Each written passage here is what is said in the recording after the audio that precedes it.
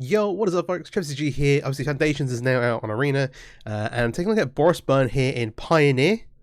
Technically Explorer still for the next month, but we have a bunch of new cards. This deck is looking amazing.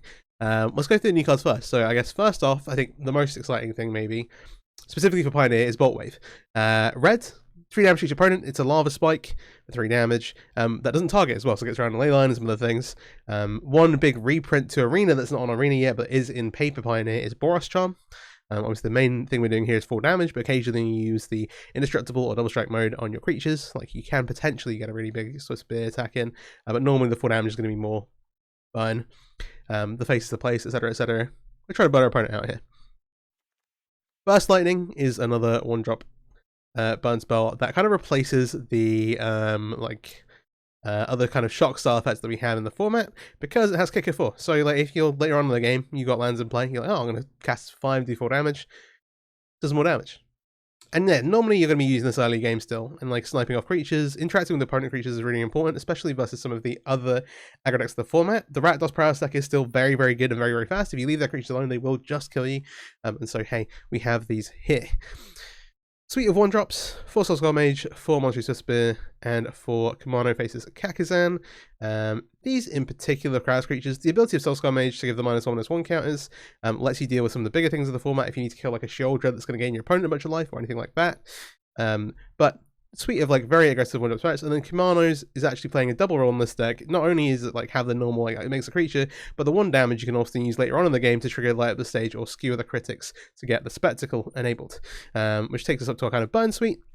We have 4 Boros Charm, as I mentioned, Lightning Helix, which we got into Pioneer and Explorer in Murders and Call of Mana. Again, keeping up with the other aggro decks, like making sure you don't just die to a bunch pump spells is really important. Blocking is very, very hard in this format. No, we're not actually playing Monstrous Rages of our own. We're focused on trying to burn out and trying to like synergize these burn spells with Skew the Critics and light up the stage to kind of take advantage of those. Those cards there, very, very good. Spectacle, again, Skew the Critics turns into a lightning bolt, and light up the stage lets you kind of keep going, find more cards to find the last few pieces of damage. Ideally, like we're doing 3, like these do 3, these do 4, these do 3. These do 3. You can count to 21, count to 20 as fast as possible. And then the last card, it's a wizard, which we're not playing, I should say, also, we're not playing Wizard's Lightning here. I thought about a Wizard's Lightning, get you Lava Rounder package, but actually we just want to fit as many burn spells as possible, and to let a few too many cards. You don't want to get flooded on creatures, because that stops you kind of enabling some of these things. And so, yeah, Slick Shot Shove, the last creature in the deck. The Tigers are still really well with Kimonos. Obviously, if it sits in play, it is going to kill your opponent pretty much straight away. Pussy Bestow for each creature spell just stacks up very, very quickly. And yeah, that's the core of the deck. We've then got Gigantha because we've not got any double mana symbols here. We're not playing Idol on the Great Revel. I think you could place them in the sideboard if you want to play best of 3. I'm going to be playing best of 1 today. Idol on the Great Revel is pretty good in the sideboard. Note that if you board them in, you can't play Gigantha, but I think having the Gigantha for game 1 and then bringing the Eidolons is like a pretty good place to be. And you don't have to worry in paper about like, oh, I tried to play Gigantha and unless I've like locked myself out, Arena just tells you can't do it, which is hey, nice. Mana base is very straightforward. We've got 4 Sacred Foundry, 4 Inspire Advantage, 4 Battlefield Forge, 2 Neil Verge Pathways. Ideally, you don't have to play with some white, but in a tough spot you will do, and that's why only 2 of these. And then 4 Amenap Ruins, burn in your mana base is still really good, and 2 Den of the Bugbear versus control decks and getting extra damage in, just super, super solid. This deck is very, very well positioned. Looking forward to see how it does. Going to take this into some best of 1 Rats matches. If you're not already, please do subscribe to the channel. I'd really appreciate it. Share the video around, all that stuff, all the algorithm bits and pieces. Helps me out a ton. Helps me want to keep making videos. And yeah, let's get into some ranked matches.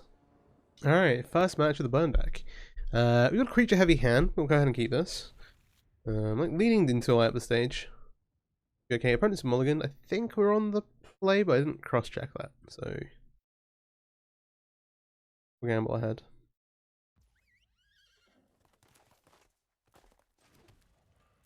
Surely it's up to here. Keep our options open while maximizing damage early. Plains Scavenger. Ooh, we need to find an answer for that, really. I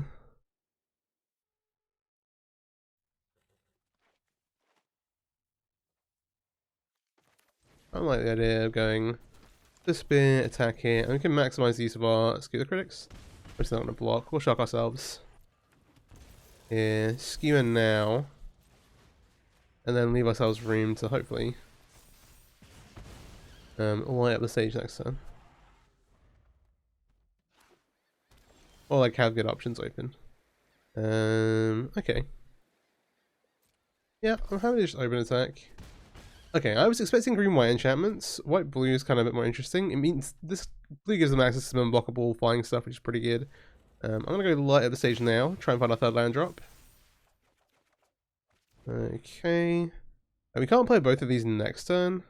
I think having the third creature plays more. I don't think we're gonna get rat here. I don't think there's a small chance to get temporary lockdown, but I think I don't want to say anything. Okay, we're good. If we draw a land, we can cast both of these, so we feel pretty good about that. I'm trying to think if we should try and... Boltwave's a sorcery. You can do that. That's about 12. This is now lethal, so we'll make an attack and see what they do. Obviously, we have the trick face up here, but my thing really is that... Okay, what do they have a spell pierce? Potentially. If they said no blocks, I mean, I'm going to point this at the face. Try and make lethal damage. Alright, yeah, we get there. The onboard trick. Fast match there. If you're interested in enchantment stuff, I did put a video out on Monday. Ooh, this is a one-lander, but it's like a pretty sweet little lander. On the play, I think I keep this. But this is the kind of hand you get punished for. We have like a bunch of spells that we can cast, so I'm going to keep it. But, yeah. And not only good spells, it's like the best curve possible, almost, in a way. Like, if we don't hit a land, we can still have action for the first few turns of the game. Especially with this coming down as a 2/2, this will turn into a creature. You feel okay about it. It'd be nicer if one leaves the light of the stage, obviously, but hey, we are where we are. Scamp. Oh, we hit the land, which is fortunate. I'm thinking here, like, do we want to go like a Boltwave and not worry about our creature? Do we want to worry about our creature dying? I think maximizing damage to the Boltwave here now seems good, but skewering long term probably better. Also, killing this now is worse than killing it once we have the etching in play. But almost just want to use skewer because this lets us be the most mana efficient. Like, we have the damage now, let's just use it here. Whereas we can use the Boltwave to trigger the other skewer later on. The spectacle. I think it makes sense. Yeah. I'll go with that. See what they got. Yeah, it looks like Prados aggro. With like the Sword Sworn, like all the mouse stuff. I'm just gonna attack. Yep, no blocks. What we got here?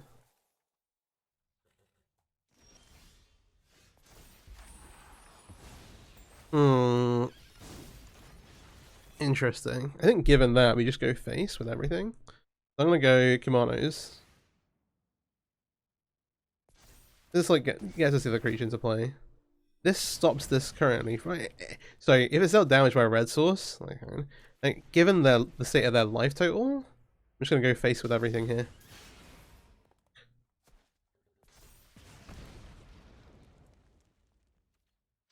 I'm a little worried because they like left 2 mana up. But it might be that they're just in a really tough position. Yeah, if we have a land, we have a lot of lethal damage. Okay, yeah, they just can't trip me at a time. It's a tough one. What we got? Yeah, with Boltwave and like the addition to Arena of Boros Charm, we had it in paper for Pioneer already. This deck gets pretty nuts.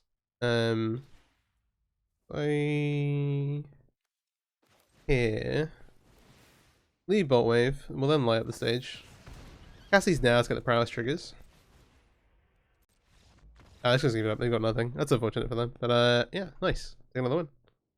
Alright, third match. Look again. Hand looks very good. Island Slayer hand. Double Boros Charm is a sign of something for sure. So this time I'm going to leave the Soul Scar Mage. I'm expecting our 1-drop to die, but in particular the Swift Spear is good at chipping in for 1 damage on the turn you play it and then letting us use this light up the stage later. We have a similar thing going on with the Boltwave. Obviously playing to the board is a little better and we can hold this for once we have the creatures in play. Then we get like, yeah. We'll see. And if this survives, then we're happy anyway. I expect this to be impulse or yeah. Oh. Okay. So we don't want to light up this turn. Either way, we're kind of giving him an opportunity. We could just slick shot. We could just foretell slick shot here, but it's a little dangerous. Boros Charm on slick shot actually is really nice if you cast a couple of spells. You can go Boltwave, Swiss Spear. We can go Swiss Spear, light up.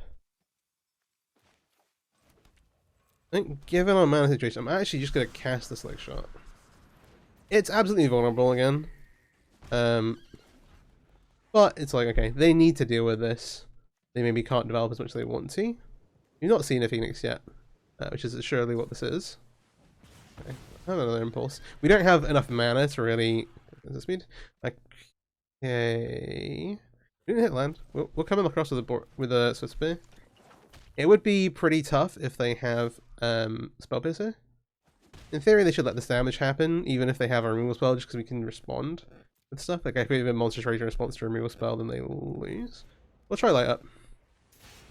If they do happen to have the Spell Pierce, then... Alright, it's a little rough. We get away with it, we don't hit a land. That's not ideal. And now they're kind of free to remove as they want to. The other thing is that them using removal spells on their turn is kind of good for us anyway. This is a bit of a feels bad, but I'm gonna... We kind of need to light up the stage here. Again. This time they know we have the Boros Charm, we can give indestructible. They want to mess around with combat damage, then fine. They're on 17. It feels bad, not done much damage yet, but in theory this is totally fine, except for the bit where we're stuck on 2 lands. Which hopefully we can get away from here. Okay, we did not. So we'll play the 1 mana spell available to us. Alright. No. Saying goodbye to a lot of resources, but we've kept our hand very much like full of things that we can cast. They're representing 14 damage here. That is their life total actually, so if we cast them all, we win the game.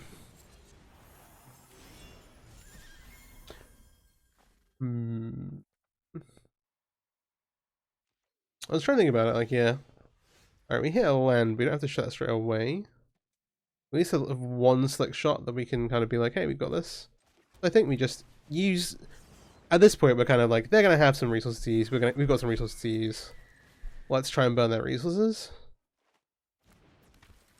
Hey, here are the things they know about. Deal with both of these. And again, if they have to deal with them on our turn, that could block this. Then spending 3 mana to do this is totally reasonable. But then, yeah, now we have the Swiss Spear in play, these all of a sudden represent a lot more damage. Well, 4 each, potentially, if they don't have a creature. I was like worried they might make a Ledger Shredder. That'd be kind of annoying. But the minute we're kind of fine. 6. And we hit a land. I'll play this. I'll use the Bolt Waves now. So these are sorceries. We can use the Boros Charm at instant speed.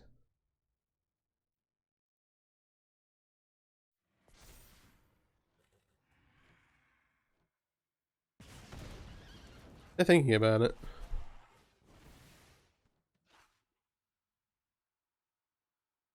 If they have like a Fire Impulse, they want to use it now. If they have double Fire Impulse, they kind of get us, but we also do put them at 3.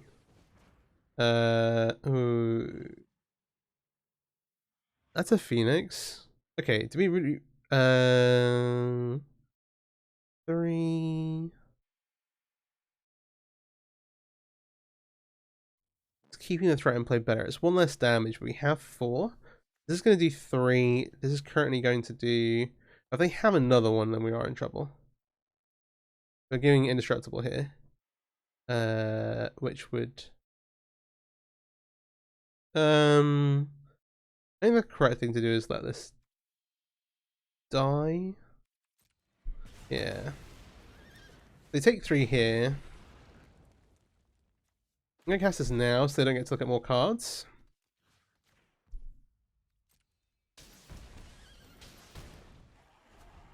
The other way they go to 4, but if they have another removal spell, they blow us out basically in dealing with the Swift Spear. And then we've lost the Boros Charm and the Swift Spear. Okay. We have got him.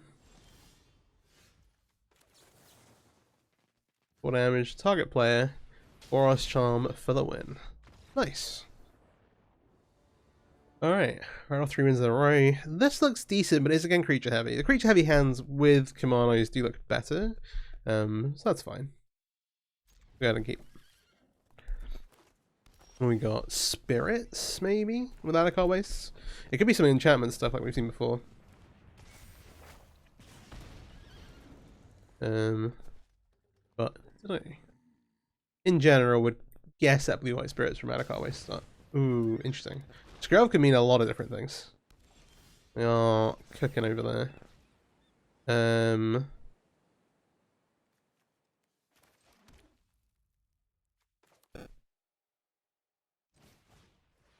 I want Swiss Spear with a counter. And then we have a bit of a choice here.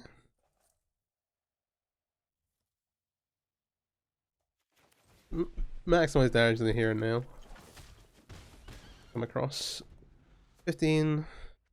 The next turn we get the card, we get this, we get Swiss Spear, Kimonos. Light up the stage. Ooh, okay, so Light Pause is really good. We can snipe the... Okay, combat research here isn't giving lifelink at least. They can grab a first strike enchantment to get like pretty annoying. Yeah. But we have quite a lot of damage still. Also, it's going to cost them life to protect with Skrelv. Okay, we can't do everything that I would like to do here. I'm just trying to think. If they have a way to get lifelink onto this, this is a real problem. But...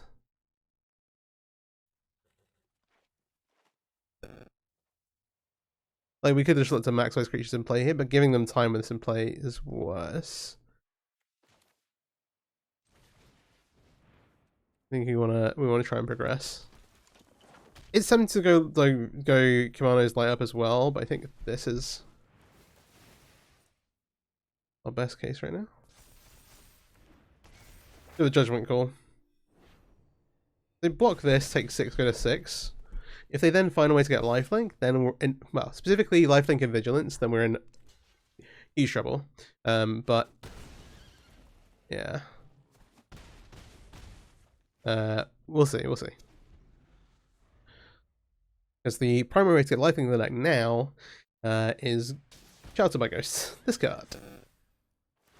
Now this is okay in theory, assuming they don't also have a 1-mana enchantment to give vigilance.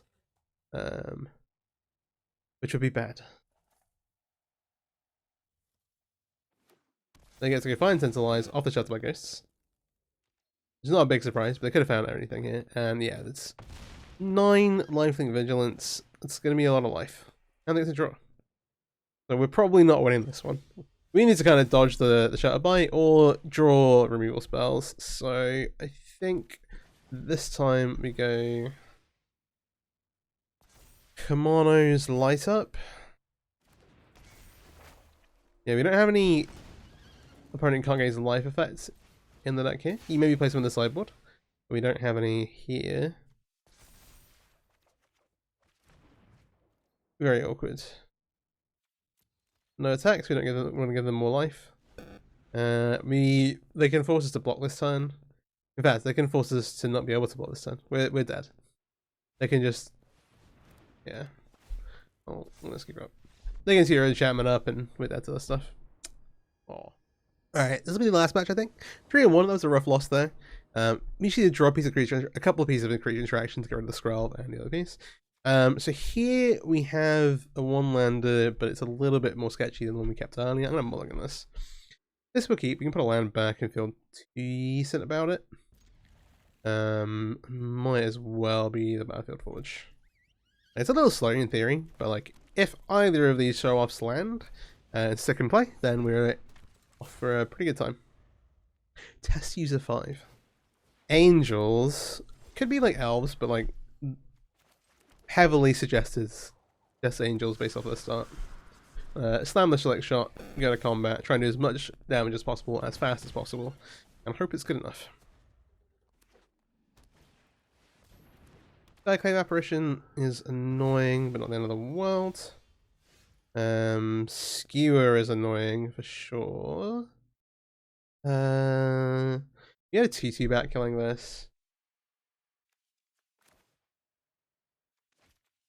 They're gonna block. You can light up. I think that. Maybe that's a trap though. Okay. If they block, we kill the elf. If they don't block, then we light up the stage. And then we have skewer the critics. Got it.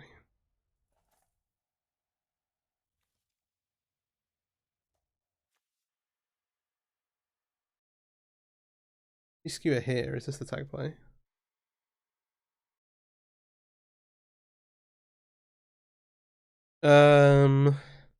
I'm kind of down for a gamble.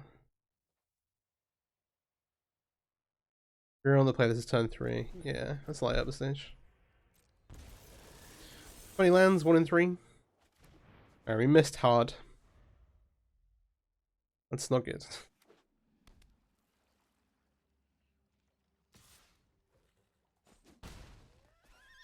That's Collector Company mana. Ooh, no, okay. Maybe more traditional Green White Company. Yeah, we have a Thalia, we have a... Oh golly. Should we just be on the... Let's land the... We can't play any of these things. Oh no.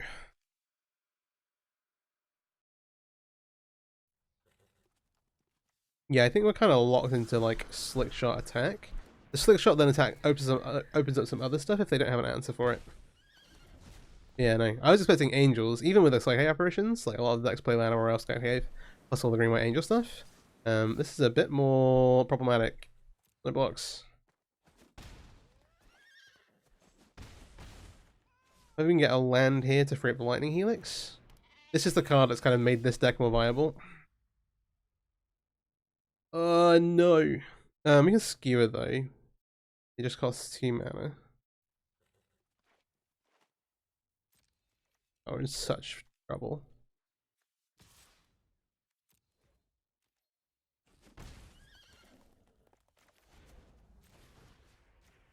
We have to skewer here as well. Maybe we have to make a bad block next turn. We're on 9. This gains some life as well. But yeah, so this is a draw engine. Like, creature power 2 less enters, draw a card once per turn, but then if it dies, it comes back as an enchantment. So that makes you really, it's like really, really good versus Rakdos or control decks. I think I'm blocking this. They have Coco. I don't know if they have a way to pump it. They could do. Voice is really good. Enduring Innocence is really good. Again, lifelink. But we at least are not dead right now. The voice is a problem. So with Thalia off the board, and I was able to cast spells, the Slick Shot can do some stuff. We have the oh, we can go Kamano Skewer for a 5. 1, 2, 3, 4, 5, 6, 8. Okay, I think our play here is to take 1 for starters. This gains us some life back, but also makes a blocker while removing an attacker. We still need to do damage. So here, if they have an answer, we go 2. This triggers on end step. Okay. My plan here is to block the Enduring Innocence. If the voice flips, it's just Jova. But hey. Mystic lets him draw twice. Starts racking up so many cards. This deck's really, really sweet. I did do a video with it a little while ago. There aren't really many new Foundation cards here, like these are all from before that, so no real updates. If you're interested, do check that out. I think we're blocking here again. Remove the lifelink guy. You can go to 3. They're just dying slowly. And then everything gets big. We can get 1, 4, 5, 6, 7, 8, 9. And we're dead on the crab to anything.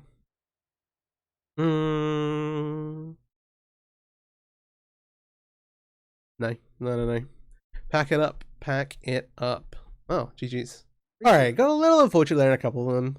Not hitting lands that are missing on like the stage. It is risky. We took like an educated risk there. That's fair enough. Though this deck is very, very good, very, very fast. It does have a lot of interaction still with Burst Lightning, Lightning Helix, and Skewer the Critics. So like a lot of the creature matchups, like you should be in a reasonable spot. You have good tools versus the other aggro decks in the format, I think, especially with Lightning Helix getting you life back, and then like Boros Charm giving you insulation versus wrath effects with the indestructible ability, and just so much reach with all the burn that we have access to now with Boltwave. This deck is set up to do great things, and it might be the best deck in Pioneer now. Let me know what you think in the comments, especially like if you've got other ideas in terms of how to build the deck. I think this is my favorite version at the moment. We're playing 20 lands, I should say, as well. Like we did miss a couple of times there, but like we should be fairly solid hitting at least 3 lands over the course of the game, and with a couple of like extra looks to light up the stage to like get us closer to more land drops or to find us more burn spells. Like, hey, the deck is pretty consistent, in spite of what the video's kind of showcased. We do have this Ganther there, and obviously, like, you can try and build, like, you can play without this and play Eidolons and stuff. That makes you a little worse versus some of the other aggro decks. You can kind of get trapped in your own Eidolons, but they are very good in other matchups. We shouldn't really see them that much. But things like Phoenix, obviously, it's going to be incredible. So, hey, some personal preference there as well. A few different ways to build the deck, perhaps. And so, yeah, let me know what you think in the comments, or if there's any changes you'd make. Hope you enjoyed the video. If you did, please do like, subscribe, share the video around. I would really, really, really appreciate that. And, yeah, see you next time. Peace out.